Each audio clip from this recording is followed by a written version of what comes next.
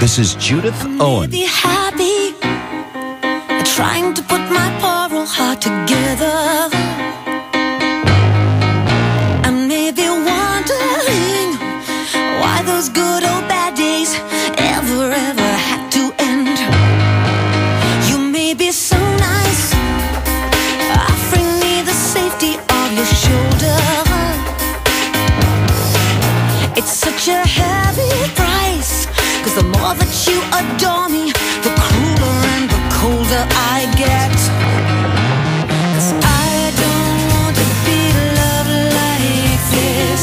I don't want to be worshipped and kissed. I just want to hurt you till I see the blood run through your ruby red lips. Since her late 90s emergence on the world stage, fans, critics, and Hollywood have been captivated by the truth-seeking lyricism and all-encompassing artistry of Judith Owen. With her newest album, Mopping Up Karma, out June 3rd, Owen is in the midst of a breakthrough period, earning critical and popular embrace. This album situates her in even more rarefied air amongst a group of very distinguished artists. Judith performs her music Thursday night at the Triple Door in Seattle, with opening act Jason Spooner and special guest Harry Shearer, who just happens to be Judith's husband. I'm going to make that sound a little like an accident, don't they? Like it's bumped into each other. Yeah. I was dropped by helicopter. Right. I assume you asked her and she said yes and all of the usual fare. You know what? And by the way, that was the most marvellous introduction I've ever received in my entire life. But truly, what kudos a crowd. to Mike. Oh my gosh, it's beautiful. Yeah. In fact, the truth is that I was playing, doing a show in London, one of those dreadful sort of marathon shows, and was a broke, very, very young, very broke musician and terribly depressed. But I am Welsh and I was born depressed. And I finished a song and there was a rapturous applause and I turned round in shock because everybody was ignoring me. And Harry, dressed as Derek Smalls... Not dressed as Derek Smalls. Well, as Derek Smalls. Accoutered. We were in the middle of our tour and we were playing at Royal Albert Hall and I had hair extensions. And, and he yes, thank you. That was my reaction. Right. And so I even when I was just being a civilian, I looked like Derek Smalls. I wasn't dressed like him. Well, no, but the point is he was standing next to Chris Guest, and they also had one of the little people from Stonehenge with them. So it was either marry me or a dwarf. That's the point. And it came down to the wire. And I have to say, that was truly the most surreal moment of my life, and that's how we met, and it's been pretty much that kind of thing. So was it love at first sight? It was. Yeah. It was joy at first sight. Harry, it turns out, has a real thing about singer-songwriters, especially when they're mentally unbalanced. So that was good. Wow. And she wasn't your first. No, but I was the worst. But she stuck. Yeah, I stuck. Yeah, that's fantastic. Because I got well. Because you know, it's funny. They talk about your records, and this is not us. This is the reviewers, the critics say yes. Records that blur the line between troubadour and chanteuse, pastoral beauty and urbane sophistication.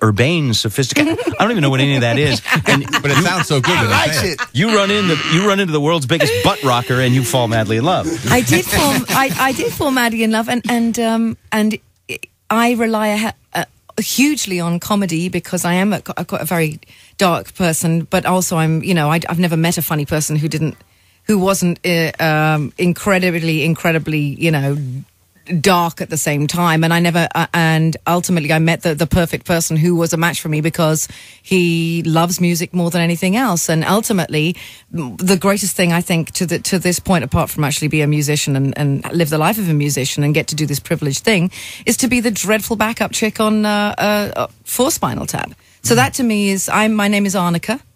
And as a Spinal Tap backup singer, yes. Annika? Yeah. Oh yeah. We did Live Earth last summer. You do tour with Spinal Tap backup singing. When we did Live Earth last summer, she was on stage as Arnica. Oh man!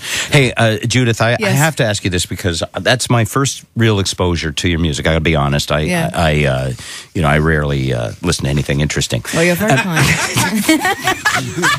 You work in radio. Yeah. Where I'm in radio, we're not allowed. They don't want us to, they don't want us to hear this stuff, as we might want to play it. Yes. So I have to say, the production, the arrangements, yes.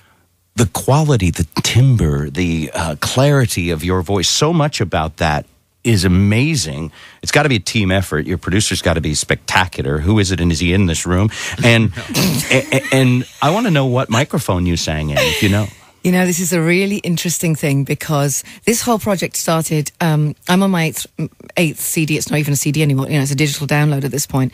But the industry is changing so much. And I was signed to Capitol Records when I came over to America. And I was signed to Capitol by Glenn Ballard, who just came off the Alanis Morissette, you know. Huge success. Huge volcanic success. And he came down and saw me playing at a club and signed me immediately to his label Java. And then I made this record. And I remember the day that the head of marketing said to me, Judith, if this doesn't sell upwards of 3 million, then there's something really wrong with the business. And we all just stood there in And now horror. we know there's something really wrong with the business. I swear to God, He was right. my heart dropped, and he put his hand over his mouth and said, I really wish I hadn't said that. 2 weeks later, a new president came in, sacked everyone, and the whole point of his job was to turn the great, huge gorgeousness of Capitol and turn it into a Keira Knightley sort of thing of a label, and to strip it down to nothing. And that was it. Done. Gone. Everything. Over. Glenn included. So, and Let's preview a little more. Sure. Here's Judith Owen again. Do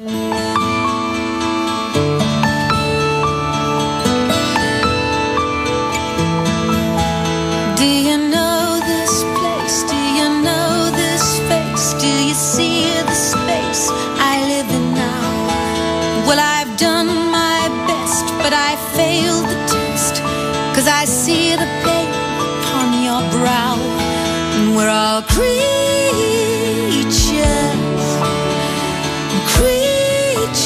of habit now.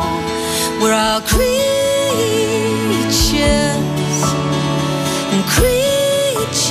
of habit now. What a beautiful voice. Wow. it's a Welsh thing, I have to say. So here I am 10 years later, and you're asking about, you know, production-wise, it was Glenn and another marvelous guy called Clifton Magnus. And then I got the record back, even though it was taken away from everybody else. Oh, that's it, because when you sign with a record company, it's over. like you've sold your children into slavery, isn't it? Pretty sold my much? children into slavery, and I basically bought it back and immediately made the money back within a year, having songs on TV and films. Oh. And then I made another 7 CDs, yes.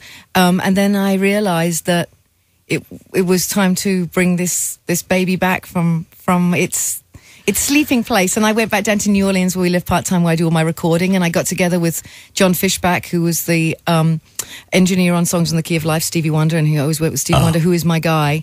And we put it back together, and I 10 years in the making. 10 years. What is the title, or the album title, Mopping Up Karma, mean?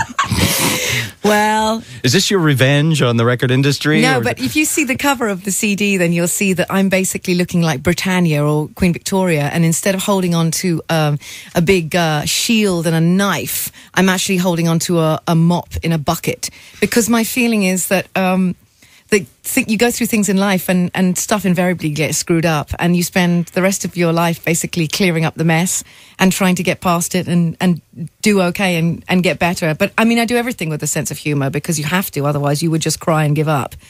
And Mopping Up Karma is a line from a song where it says, she was a girl who loved drama, but today she's just mopping up karma, and that sums me up. But the beauty also is that as a record executive who screwed up, you could take that as a direct insult. Yeah. It works on so many levels. Well, that would be the idea. The thing happened at Capitol. The thing of which we do not name. Yeah. About 6 months later, we were at a Laker game because a friend of ours got tickets, very good seats to a Laker game, and I noticed in the pregame moments that sitting right in front of us was the new president of Capitol, who had dumped everything and had screwed everything up. Yeah. And I said to her, "You have to pour beard down his back." Yeah. Oh, I'm so sorry. Yeah. Beautiful moment. Make it look like an actor. Oh my God! Who knew? And you know, and I didn't, because I was too British and too polite and afraid in those days. Today shows you how much I've grown. I would buy a few pints. New president of Capitol's with a trophy girl in his arm. No, right? he was with his 5-year-old son, and I said, "You need to just lean over to his 5-year-old son and whisper in his ear, 'Your father's a liar.'"